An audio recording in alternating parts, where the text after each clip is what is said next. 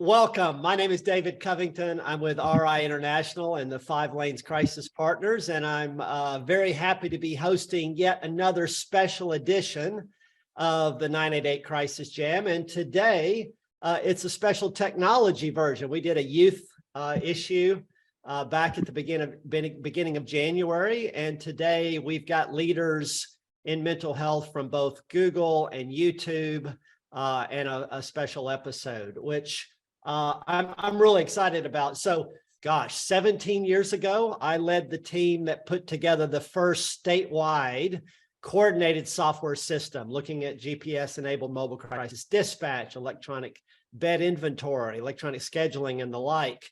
And a lot has changed since then. The system we put together wouldn't likely withstand the kind of cybersecurity threats that happen continuously today. It was before the rise of the consumer app and the self-help online. It was before the opportunities with artificial intelligence that we're starting to see. But some of the concepts of real-time data management are very similar. So really excited to have both Megan Jones and Dr. Jessica DiVento is also joining us from YouTube today. So we're excited to have Jessica and Megan with us, and we'll get to their featured presentation here in a few moments. That special edition youth version that we had, Jessica is with YouTube. That episode has become our highest participation Crisis Jam by virtue of the 410 of you who joined us live, as well as the 621 who have since watched on YouTube. And we have, for those of you who need something to do this weekend, there are 60 plus hours of Crisis Jam on YouTube that you can watch.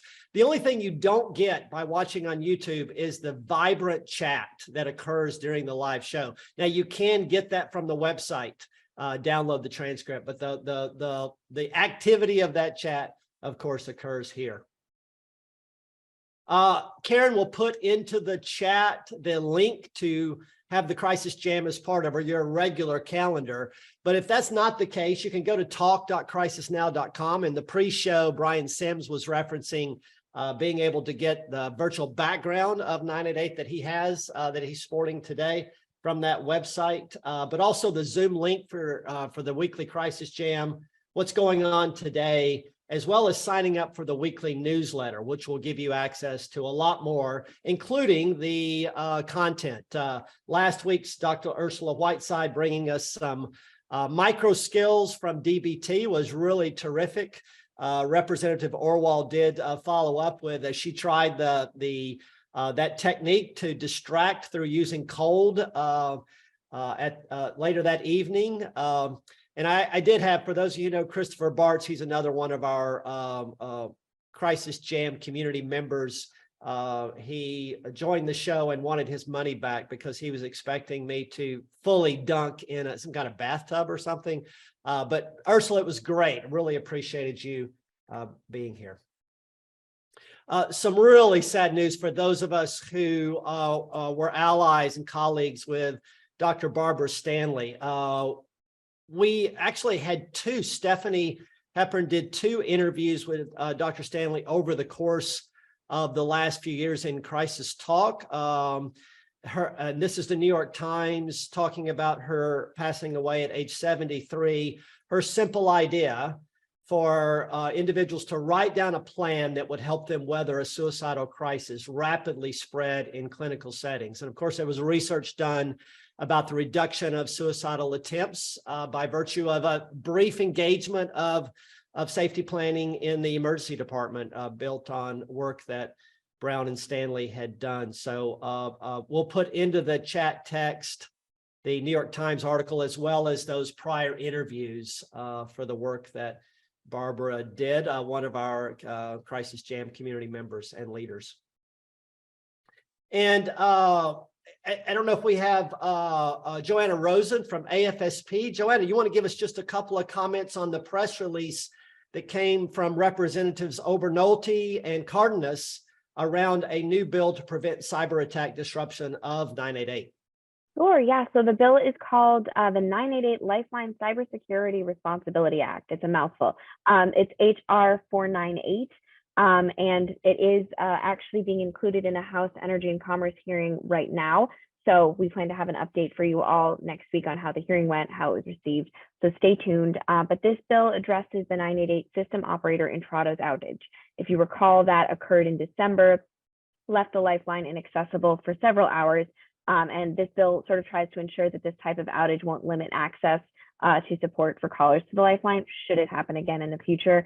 It also requires a study of cybersecurity risks and vulnerabilities within the lifeline. Again, we'll have more of an update on how it was received in the hearing and any next steps next week. Thank you, David. Thanks so much, Joanna. And speaking of next week, I want to do a quick highlight. Next week, we'll have Dr. Eric Rafla-Yuan talking about that 1966 foundational paper that laid the path for an emergency medical services system. It's hard for us to imagine a world in which there was no 911. There was, and in 1968, when those first calls were answered, was still a world without the ambulance emergency response and emergency departments that you could actually access directly. And all of that was changed over the course of time by the virtue of that paper and the work that was done. So Dr. Eric Rafla-Yuan will be talking about, we've been here before, the history of emergency medical services. And the following week, Erica Chestnut-Ramirez will bring us forward as we lather, rinse, and repeat the same exact work. In 2020, SAMHSA's national guidelines, very much like that 1966 report, laid out a simple approach to scaling emergency behavioral health services. So how do we do this again? With 988, but again, imagine a 988 or imagine a 911 without ambulances, a 988 without the kind of community-based mobile crisis services as an alternative to law enforcement or hospital care for people who don't have a medical emergency or don't pose an explicit threat to public safety, and those crisis receiving centers. So it'll be a really great 2 weeks of Dr. Eric Rafla-Yuan on the emergency medical services system. And Vic Armstrong, you've been saying this for some time. Yes, these are crisis services. Maybe more appropriately, they are emergency behavioral health services, just like we have emergency medical services. So we'll see those over the course of the next 2 weeks. Back in 2019, a group of us alongside the International Initiative for Mental Health Leadership actually put together a YouTube video, which has been seen about 12,000 times now, related to this convergence of the three core elements of the emergency medical up against these three core elements of the emergency behavioral health system. So I'll play that clip and then we'll get to our featured presentation for today. Imagine for a moment that a fire breaks out in your home. And in this reality, 911 doesn't exist. You might call the fire department directly, but they're not equipped to come to your location and only put out fires at the fire station. And the only people that will come to you in the community are the police, who, though well-intentioned, are meant to provide a very different type of public service. This lack of a fire-specific response seems ridiculous, right? Of course we should have targeted services to respond to life-threatening emergencies, whether that's fire, law enforcement, or physical health. However, in many communities across America, life-threatening mental health and substance use crises are treated as an afterthought, receiving a response that's not specific to their unique needs. A 911 call dispatches the police, who most often bring the patient to a medical emergency room or jail, or allow them to remain in the community but without assessment, treatment, or support. We have a patchwork system, made up of elements designed for other purposes, that doesn't have the capacity to treat the most vulnerable in our communities, even though an estimated 20 to 25,000 individuals in crisis go to emergency departments every day in the US. So how can we improve? The only solution to delivering crisis care worthy of our communities is to build a structure specifically for mental health, substance use, and suicidal crisis that is on par with other emergency systems, like we do for medical, fire, and law enforcement. By integrating three core elements, we can replace the patchwork fabric of our crisis care and develop a true safety net that can serve everyone, everywhere, every time. And in the process, we can reallocate wasted financial resources to places where they can have a deep community impact. It starts with regional or statewide crisis call hubs. Call, text, and chat lines staffed by trained professionals who answer the call every time and direct people to the level of care they need. The onset of 988 is a great start.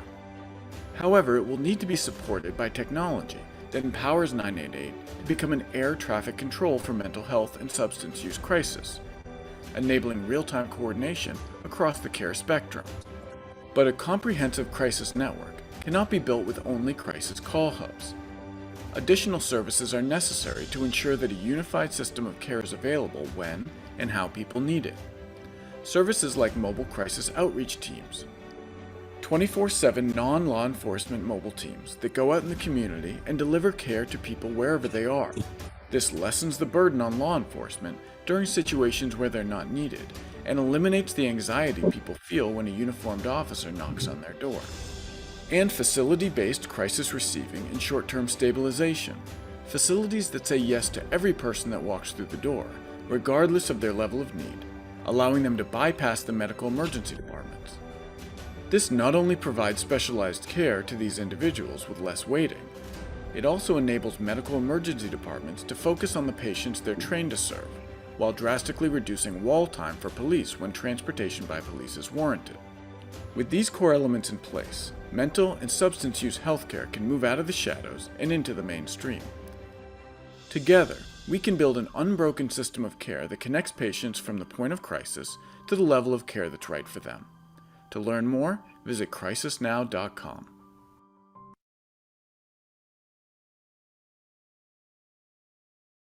And our quote of the week comes from then Dr. Ricardo Martinez, the National Highway Traffic and Safety Administrator, when the 1966 policy paper was republished in 1996. And he said, accidental death and disability revolutionized the way we view and manage injury in America. Again, the metaphor here is we're aspiring to do the same thing around behavioral health emergencies. And hopefully we'll be able to say, like they said, for many of us, it helped to define our careers. So let's, with that, go to our featured presentation. Megan Jones-Bell is with us from Mental Health at Google. Megan, we're thrilled to have you and look forward to hearing about your work. Well, thank you so much for having me and having Jessica. And we've actually got a strong current and former Alphabet mental health family here, with Tom joining shortly, and Marty Taylor, who leads mental health and behavioral health for Verily, is actually on as well in the audience. So I'd like to introduce myself and my colleague, Jessica DiVento.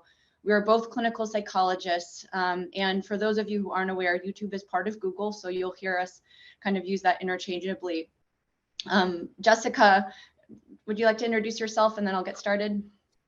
Yeah, thank you, Megan. Very happy to be here. Like Megan, I'm also a clinical psychologist and lead our mental health efforts at YouTube, which we've had folks working at YouTube on mental health for years, but this role is actually new to the company as of this last year. So it's really exciting to see the additional focus on mental health. And my role is on our central team, our central Google Health team, which supports all health-related efforts across all Google products. So you'll hear me speak to a range of products today. I'm really excited to tell you about the important work that we're prioritizing and take you through a few examples that illustrate the role that technology can play in meeting this rising need and demand for mental health information and resources. When we think about mental health and we think about Google and YouTube's role in supporting people in their mental health, we anchor our priorities to user needs. And we like this dual continuum model as a guide for mental health focused product development because it captures both the WHO definition of mental health as a state of well-being and a traditional medical model. For those new to this framework, it uniquely reinforces the intersection of psychopathology or distress and well-being or quality of life. And importantly, it shows the potential for realizing a state of well-being even while living with or recovering from a chronic mental health disorder. Next slide, please. As this audience knows, the scale of the problem we are addressing is extraordinary and is only getting worse. These are some of the many problems that we need to work together to solve. Next slide, please. And we see this trend across our platforms. Google is often the first place that people turn for information, and we believe that we have a responsibility to be helpful across people's mental health journeys. Next slide, please.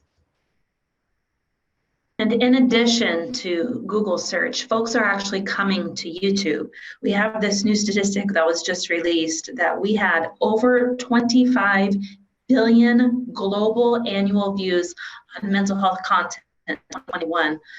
So we are here to help meet those user needs. Back to you. Thanks. So as we ideate and develop solutions to address these humbling challenges, there are decades of research on mental health promotion and prevention, crisis intervention, evidence-based treatment, and digital mental health that we turn to inform our approach. There are effective intervention strategies across this continuum. And on the next slide, I'll show how some of our efforts map to this model.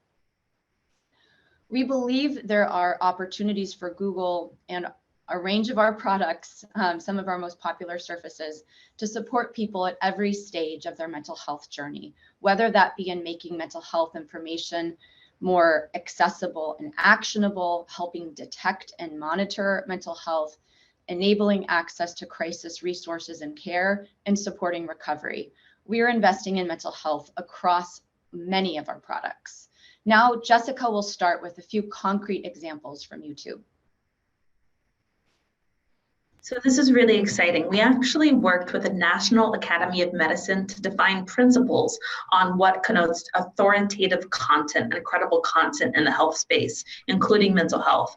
And the World Health Organization helped to internationalize these principles. And so you see here on the left, when you're searching on your phone in a vertical fashion, what pops up is a horizontal carousel that shows from health sources. So if you search for depression, it helps the user make an informed decision on the speaker of the content. And then when you click into the video, it also shows a label on the video level that shows from an international health organization or from an accredited hospital or from a licensed mental health professional to give the user more information about what content they're consuming. And on the right, you see that we also have search ranking priority on search for top queries related to mental health conditions, and our long-standing feature on the far right that I believe Tom Insel, who's on the call, helped develop, which is our info panels, so that you can get credible snapshots of information about whatever health condition you're searching for. Next slide. In addition, we know that when people first and foremost come to Google for a search about high quality information about their conditions, whether that be signs and symptoms, how to find treatment, but then very quickly, people want to know, what is it like to live with this condition? What do other people experience? And so we launched for the first time, just in this last September, a personal stories shelf. So similarly, when you're scrolling vertically on your phone, you have a horizontal carousel that pops up. You see on the left here, personal stories. And this is for a whole host of mental health conditions so that people can get information from their peers about what this is like. We know this reduces isolation. We know that it reduces stigma. So it increases protective factors in the mental health care journey, increases help-seeking behaviors as well.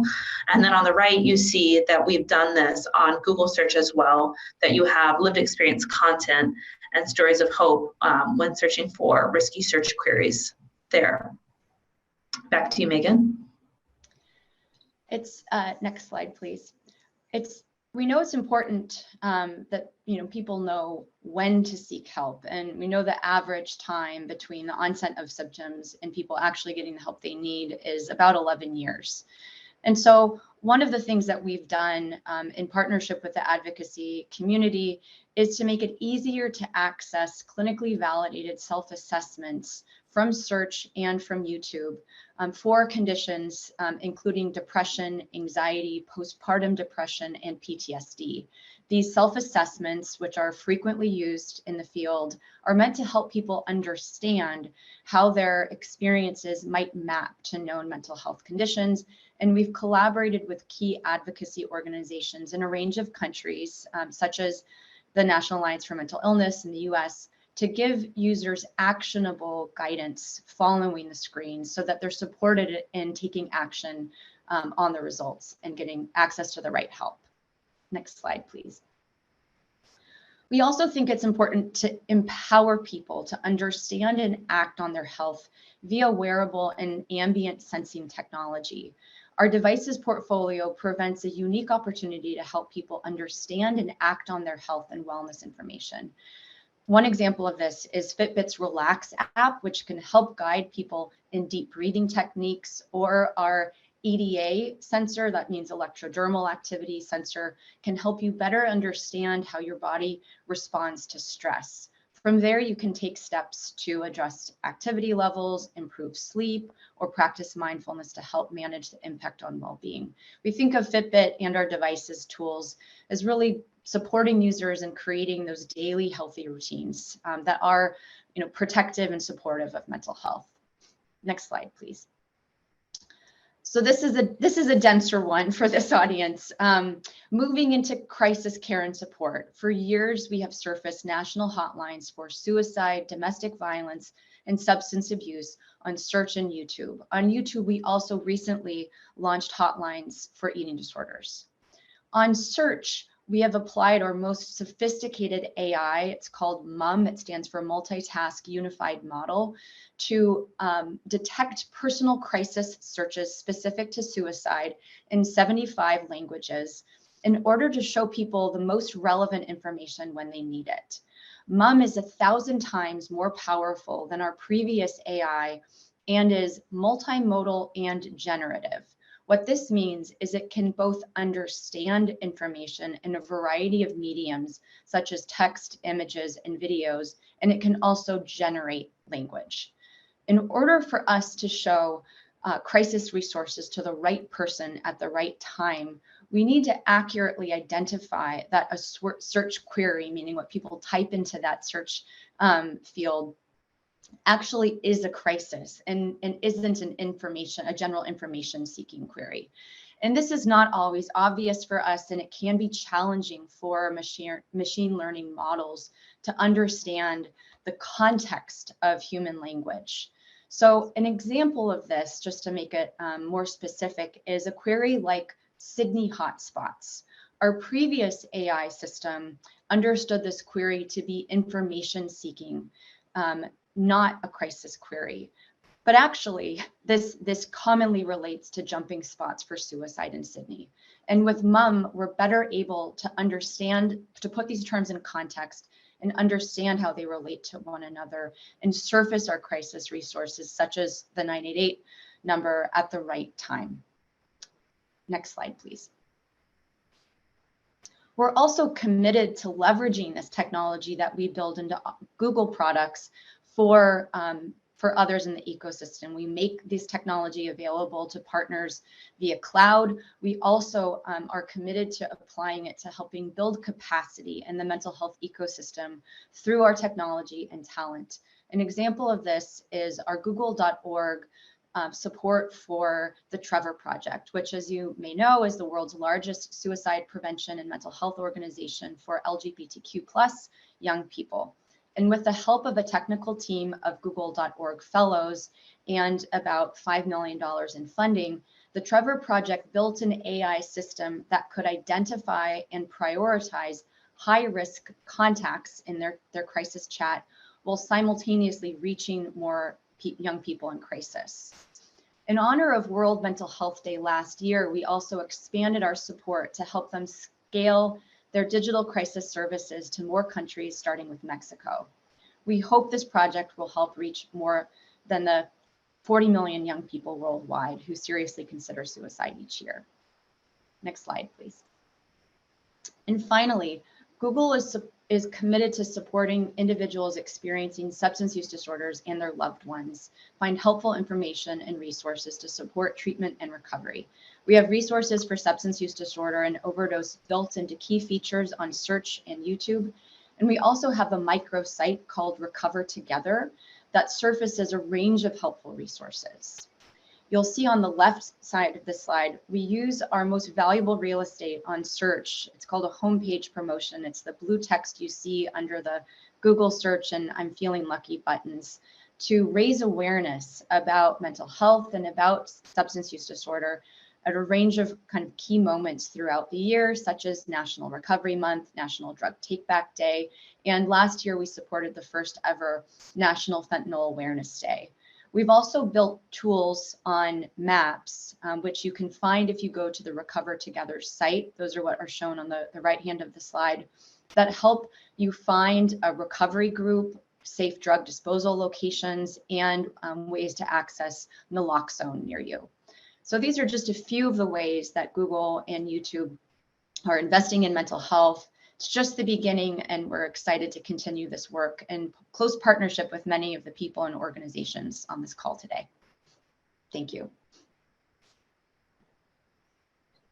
Wow, thank you so much, Megan and Jessica. Really terrific work, and it's not only transforming opportunities for individuals, but scaling that in just a global fashion. Tom Insel, thanks for joining us, former NIMH director, author that we've featured here, and Vanna Health co-founder along with MindSite News.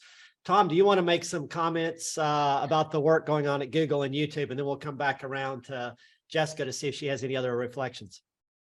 Oh, thanks, David, for inviting me. Hey, I gotta say, I'm just blown away. You had me at 25 billion. That is an extraordinary number to begin this conversation with. And I think, Megan, it's really exciting to see the kinds of things you're thinking about and your openness to working with people in the nonprofit sector, in government, elsewhere, you know, like the National Academy.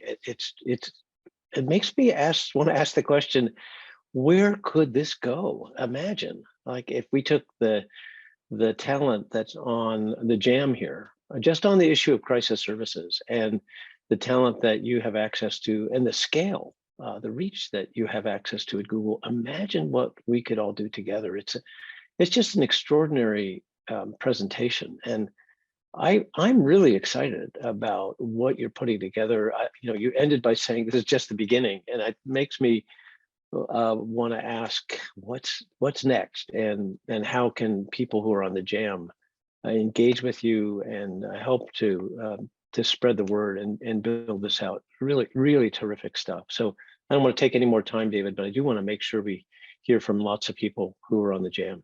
Yeah, let's go back to Megan first. Megan, anything you want to share on what's next? I'm assuming some of that is not public, but what can you share about what you're thinking about?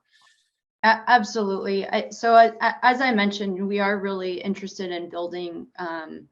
We see what we've done as kind of the core foundation of what's needed. As you know, many of you who've worked in this field longer than I have understand.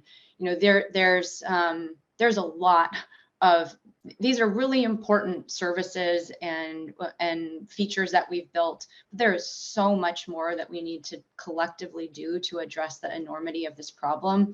And so I'll say it's just the beginning, because it's a humbling challenge that we're all facing together. Things that we can continue to invest in are building on top of these features. What I mean by that is, let's say, we know that the hotlines are something we want to surface, but we also know that not all people are ready to take that step. And so what else can we surface to them in that moment that will help them, you know, survive the crisis moment and maybe call 988 the next day. So we're really interested in elevating both authoritative and relatable. It's that balance that Jessica talked about of high quality health sources from reputable sources, and you know, that personal connection.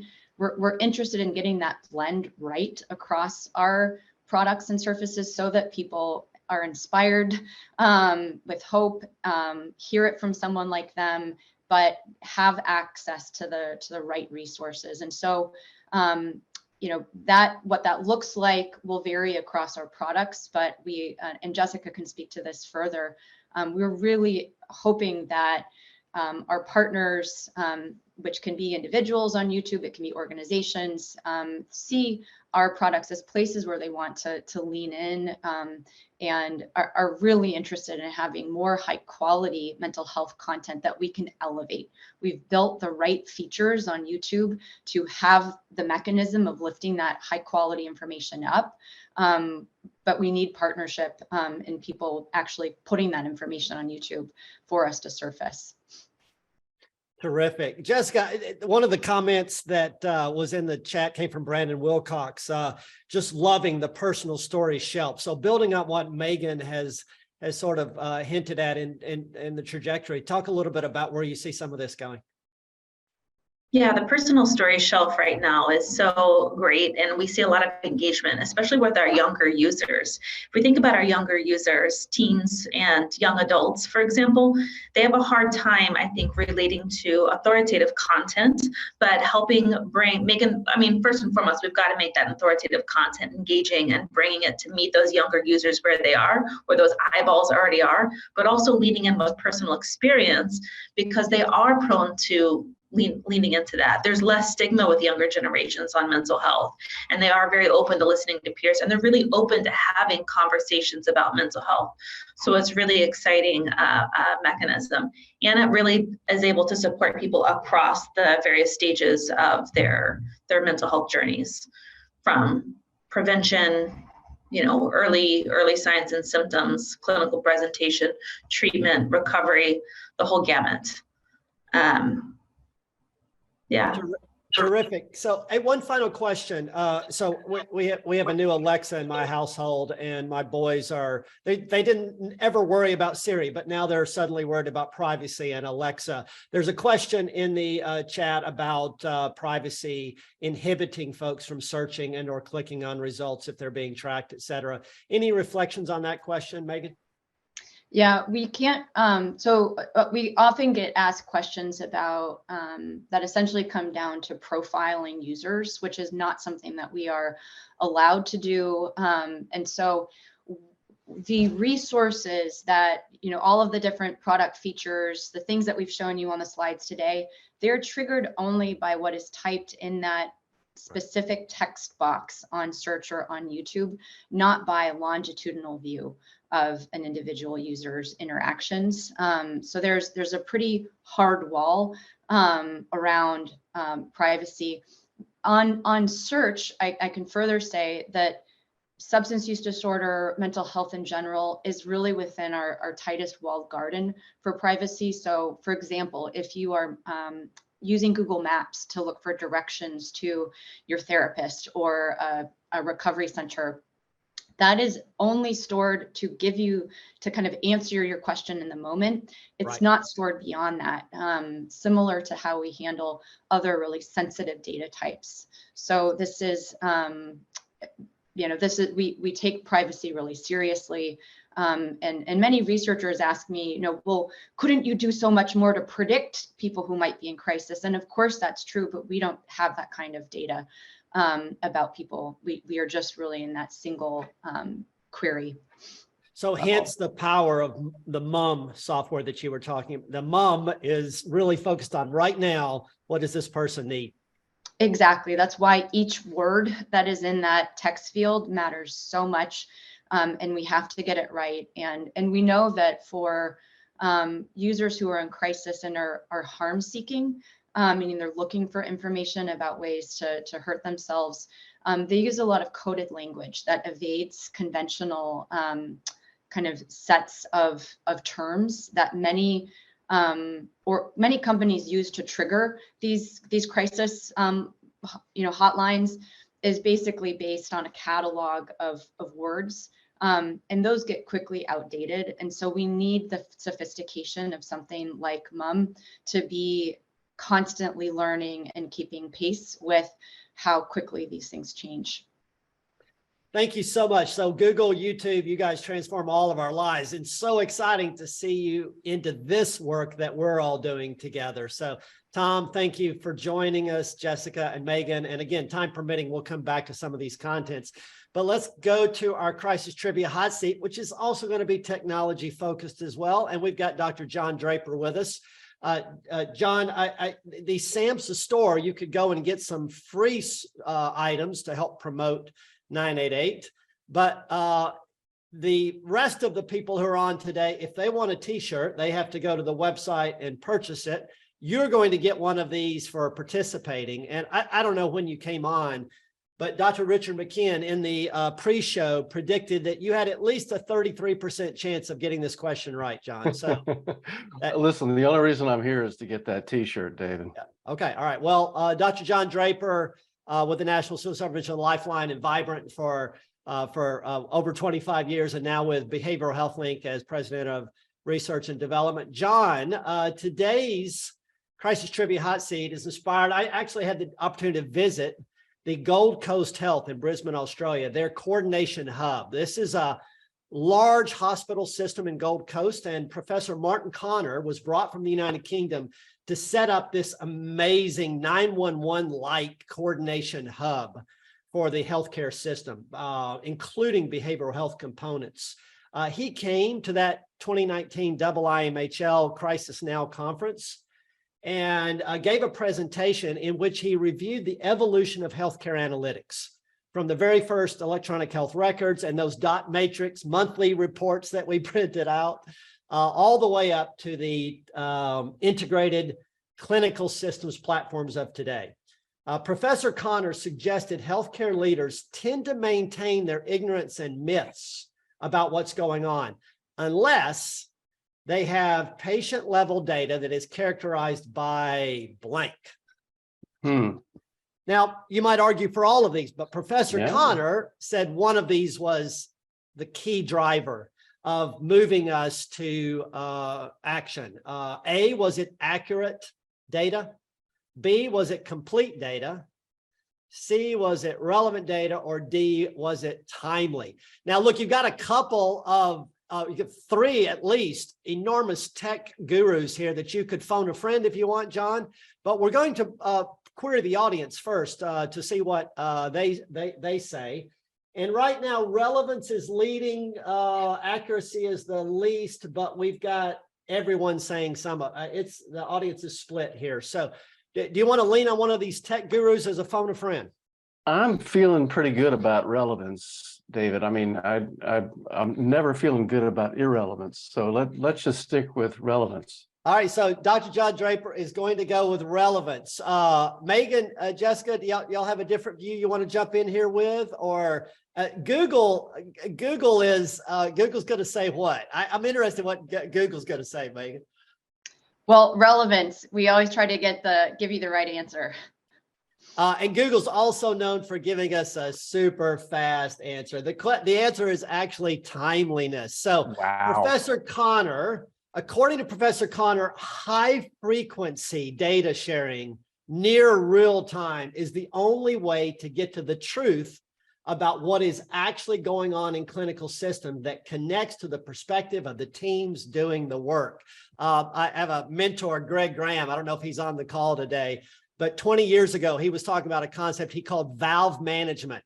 You can't move unless it's, so actually accuracy, relevance, Google, Megan, I should have thought relevance is probably the bigger Google phrase than even timeliness. But the completeness, all of these we've been hitting on, but Professor Connor was hitting on the importance of that real-time exchange of data between those who are doing the work. John, thanks for joining us. Thanks, David. I got burned on the hot seat. You did great, John. We're glad you're with us. Good to see you. Steph Hepburn, let's go to your Crisis Talk interview this week with one of our Crisis Jam pioneers and innovators and leaders, Hannah Wesolowski. Thanks, David. So Hannah is the Chief Advocacy Officer of NAMI. Can you tell us briefly some of the common misunderstandings that have been barriers to states passing 988 service fee legislation? Yeah, thanks, Stephanie, and thank you so much for having me today and for having this conversation. It was a great one because this is something I have been very focused on. And I know so many of this on this call have been focused on the last few years, is sustainable funding for a 988 and crisis response system. And we know that one aspect of that is passing fees on telephone bills to help fund 988 and crisis response resources. We talked about a few different things of where the obstacles have been, because we have 5 states that have passed this, and we have a few states that are pending and hopefully will pass this year.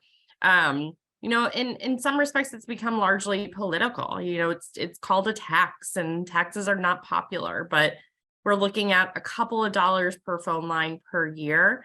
We've done a lot of research at NAMI, public opinion polling, and people are largely supportive of paying this, especially after they find out they pay a 911 fee on their phone bill.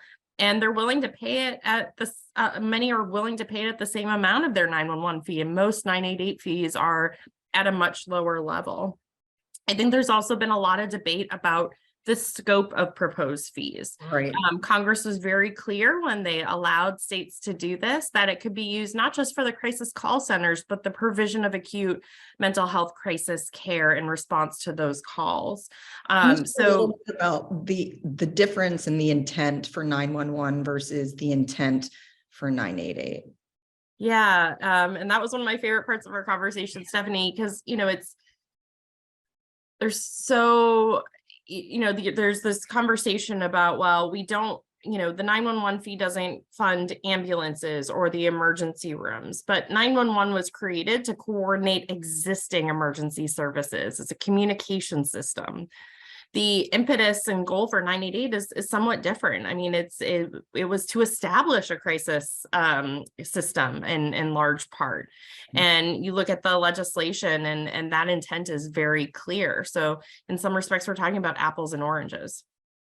Yeah, and you were talking about how vital it is, because that's conversation, that's partnership, that's dialogue, right, with policymakers, but also telecom, and getting the point across that these, not only is that not the intent of the act, but also here's what we still have to build out the behavioral health crisis system. Yeah, we are very far away from having the ideal in most communities. We're a lot closer thanks to the work of everyone on this call and their communities, but we need the resources to make it happen. And, there's been a lot of federal investment, and thank goodness for the federal partners who are making that possible. But that's also not going to fund everything. And we don't know what that funding stream is going to look like year to year. So having the sustainable mechanism, there has to be a lot of education with partners, with other stakeholders, of what doesn't exist, because only those that have experienced it or are intimately aware of this realize how inadequate a system this is in most places. So that education is vital. Thank you so much, Hannah. I think in the article, what readers will also be interested in is Hannah talks about data feedback, and she talks about making sure that everyone is at the table who needs to be in order to ensure that people have the crisis continuum that they need. Thank you, Hannah. I'll pass it back to David. Hannah, before you go, it's such great leadership from NAMI and yourself around Reimagine Crisis. What any reflections you had as you were watching Megan and Jessica's presentation? Yeah, no, that's a great question. I mean, it's fascinating, right? And it's a reminder that we need to leverage every tool possible to reach everyone. And the potential of all of this technology is almost overwhelming, because we hear from families at NAMI all the time who are concerned about their loved ones. We hear from people who have been through crisis, and the potential to just make this easier, make it easier for people to access resources is truly exciting. And it's going to save lives and make a difference. And I think that's what we're all working here on the Crisis Jam toward is this vision of making it easy and normalizing getting help and making sure no one falls through the cracks. That's really the priority. Terrific. Thanks so much, Hannah. Thank you, Hey, Steph. David, I have a quick question that would be directed to Megan. A lot of schools have platforms like GoGuardian.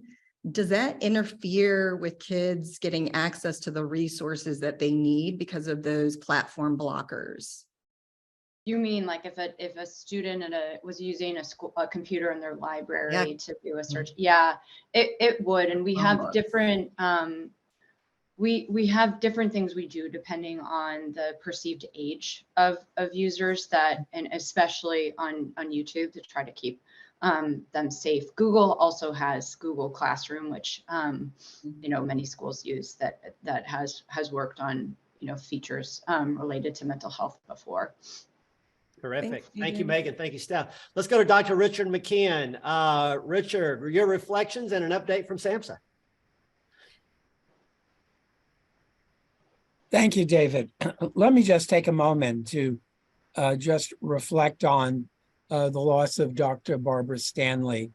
I first began to work with Barbara in the late 1990s when we were both engaged around trying to develop and implement dialectical behavior therapy, learning from Dr. Marcia Linehan. Continued to work with her, maybe about a dozen years ago when she worked to help develop safety planning for our crisis call centers in the early days of her work on safety planning. So Barbara was certainly a giant in the field, and she will certainly be missed by those who knew her and cared about her, but also by the field and those engaged and interested in suicide prevention across the country and really around the world. So I just wanted to take a moment to do that.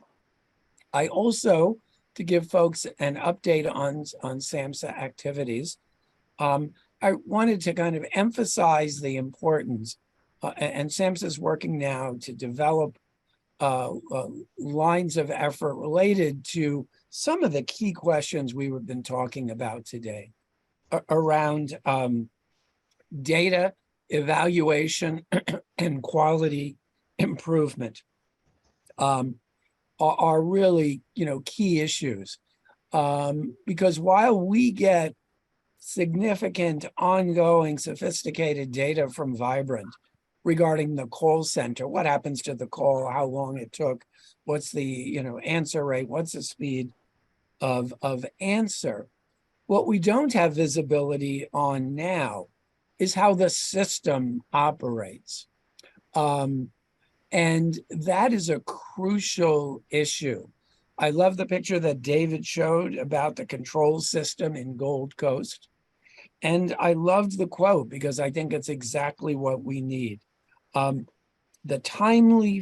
Professor Connor, the timely flow of data that we can use for quality and system improvement is a major need moving forward.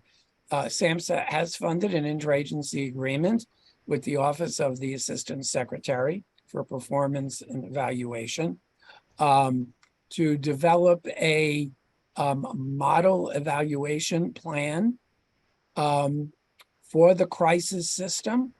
We welcome input from people. And then the question of what happens to the call? What is the connectivity to 911 when needed, to mobile crisis teams, far more than we are able to do currently, and to outpatient services for those people who may not require a mobile visit, but need to get into care quickly. We need to be able to have visibility into that, and we need to be able to feed that ongoing real-time data into quality improvement efforts. So I will stop there. Thank you, David. Thank you so much, Richard. Let's go to Christy Malik with NASMHPD.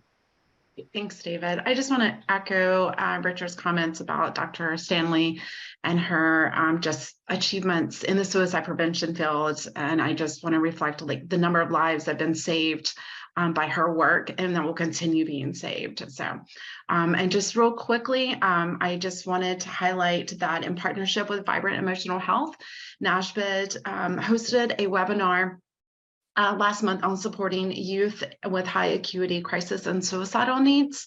And we wanted to share the recording link, and I believe it's on here. Here we go. So we wanted to share this recording link because we thought that some of the strategies that were highlighted in the webinar, particularly from the states of Connecticut and Oklahoma, would be very helpful to many of the learning community members on today's Crisis Jam. So, and that's it. I'll turn it back to you, David. Thank you so much, Christy. Let's go to back to Joanna and to Sarah Corcoran. Any comments, reflections we want on national legislative updates?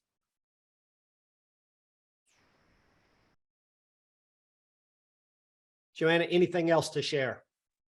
Hi, yeah, we don't have any updates this week, but thank you so much. We'll have some more for next week.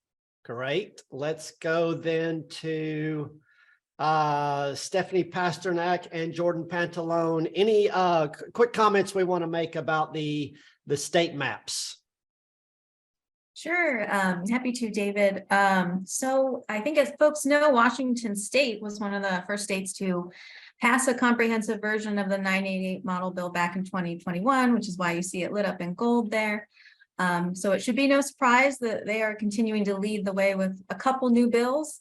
And I saw Rep. Orwell was actually on the line. I'm happy to pause and let her give this update. But Rep. Orwell was specifically speaking about House Bill 1134 and also SB 5120. If you're able to come on. Let's do that, Stephanie. Rep. Orwell, do you want to give us a quick update on those two bills?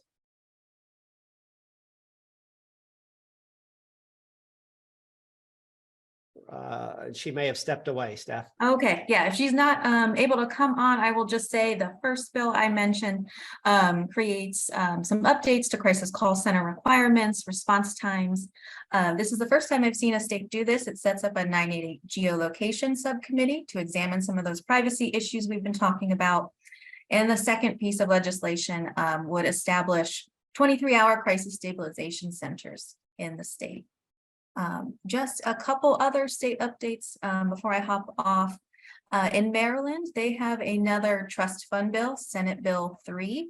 This would appropriate $12 million this time into their trust fund, and that has already passed the Senate earlier this week. And just a heads up for the coming week, Oregon, it's House Bill 2757. That includes a lot of the model bill, including a fee.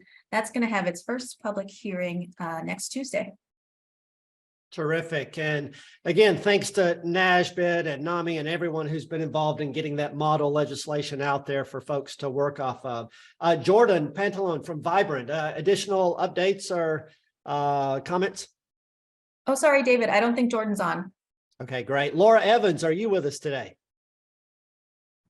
Yep, I'm here. Hi, everyone. I think Steph did a really good job of covering the activities happening at the state level for the next week or so. So I don't have anything additional to add, but lots of activity going on now that sessions are firing away. And then we'll also be looking forward, now I'm adding things, to governor's state of the states where we know crisis services and appropriations for the crisis continuum will be hot topics. Terrific. Laura, when are you hosting Crisis Jam again? Next week. Yes, yes. So there's a number who are hot on our heels, Laura, but Laura and I have, I think, hosted more than anyone else. So Laura, it was shocking when you ran up and gave me a hug at National Council last spring. And I was like, what's going on? And you said, we've never met. Never. So it's so nice to be back in person and have those in-person meetings, Crisis Con and state behavioral health meetings, so that we can finally meet everyone in person. I feel like I know you all just from seeing your boxes on Zoom, but I'm looking forward to officially meeting everyone in person. Right. Well, one of the mothers of our Crisis Jam family here. So Laura, thanks so much. So, and Vic Armstrong is with us. Vic, playing What's the Word, the promo for strong talk that Jeffrey Prince put together. But Vic, first day of Black History Month, and we were planning this guest appearance from Tanja Miles, one of our Crisis Jam regulars, next week, but determined to bring this up. So tell us a little bit about that. Yeah, we are very happy to have Tanja with us today. Tanja's going to give us share some thoughts, to give us some perspective on really how we think about and talk about the recent beating death of Tyre Nichols. And so we're very, very happy to have Tanja with us today. I'm going to get out of the way and and turn over to Tanja. Tanja, welcome. Wow, thanks, Vic. You know, as I was on a call last week with some national leaders prior to the video being released, they were asking us in our communities to try to get ourselves prepared with what we were going to see and how do we help others process that. And can I tell you, I'm normally good about preparing myself for stuff, but this one hit different. I wasn't prepared for what I saw for so many reasons. And I think a lot of us in the African-American community, you know, were not prepared for this. Yes, because it was another young Black brother, but also this time it was by the hands of 4 Black police officers. You know, they say that time heals all wounds. Well, we know that's not true. Time does not heal all wounds, because if it did, we would be further along than where we were. We're still dealing with trauma and drama and traditions and trust. And as a community, a lot of times we're asked to be vibrant and we're asked to be resilient. This hit different. Watching it, trying to make sense of it, couldn't do it. Trying to look at the perspective of everyone in that lens, couldn't do it. As an ex-military police, thinking, what the hell was he doing? Truly, he was traumatized by what he saw and he had to do. And I saw that a lot of things could have been avoided if we would just address trauma on all different levels. You know, with this being, you know, mental health, you know, Black History Month, and we talk about mental health in Black communities, and this took us back. This took us back to, you know, how do we treat ourselves?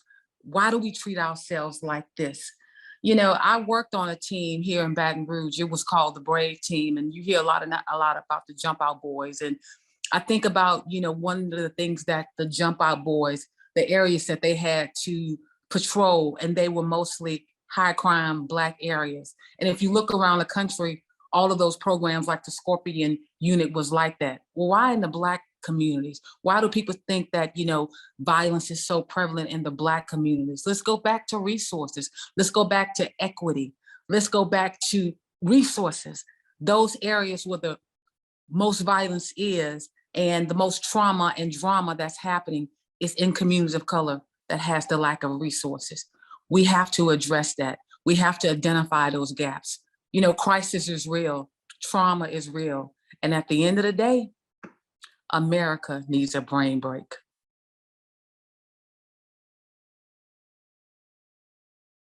Thank you so much, Tanja. Vic, any follow-up comments? The one thing I'll say, Tanja has been such an amazing leader in this space the last several years that we've had an opportunity to interface with her during the Crisis Jam. But Daniel Ramel and the Crisis Jam community here in the text chat wrote Year of the Peer in the box here a few minutes ago, Tanja.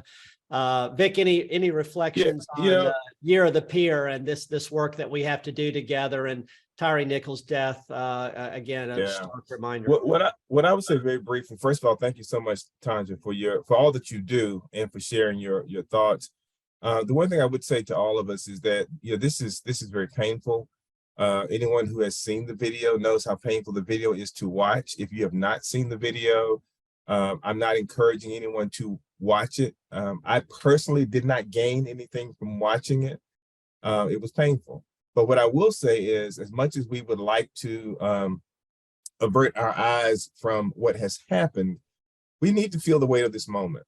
And we need to really embrace the opportunity to have conversation, to move forward, to try to understand where we are missing it, what are we doing wrong? And rather than pointing fingers at each other and choosing sides, we need to choose the side of humanity and figure out how to get past this. Thank you, Vic. Thank you, Tanja. Tanja, one of those us and thems that we talk about a lot is this sort of the last stigma of suicide and suicide attempt. And we talked earlier with Megan and Jessica about sharing those stories. We are sharing those stories on YouTube with Moving America's Soul on suicide. We'll put a link to your story into the text chat. And Tanja, you took Justin and I into some of those neighborhoods that you grew up in, where you had amazing memories and traumatic ones as well in your story. A week ago, we published Misha Kessler's for the first time. We have already been sharing with the group Raina Chang's, Kana Inamoto's daughter, that we published a few months ago. But last week we published Misha Kessler's On Your Own in University, talking about coming out as a gay man living in New York City and some of his challenges. And Tom Insel, this is a tech, special tech edition. Of course, Misha is not only a leader and pioneer in the lived experience area, but one of the tech gurus behind Vanna Health. So we'll share Misha's link in the chat, and we're working on releasing the last video, which will be Allie's here in a couple of weeks. So thanks to Megan and to Jessica, to Tom, and to all of you who were part of the Crisis Jam learning community today, and hope you'll join us next week for a special look back at the emergency medical services system and what it can teach us as we develop this emergency behavioral health system. See you next time.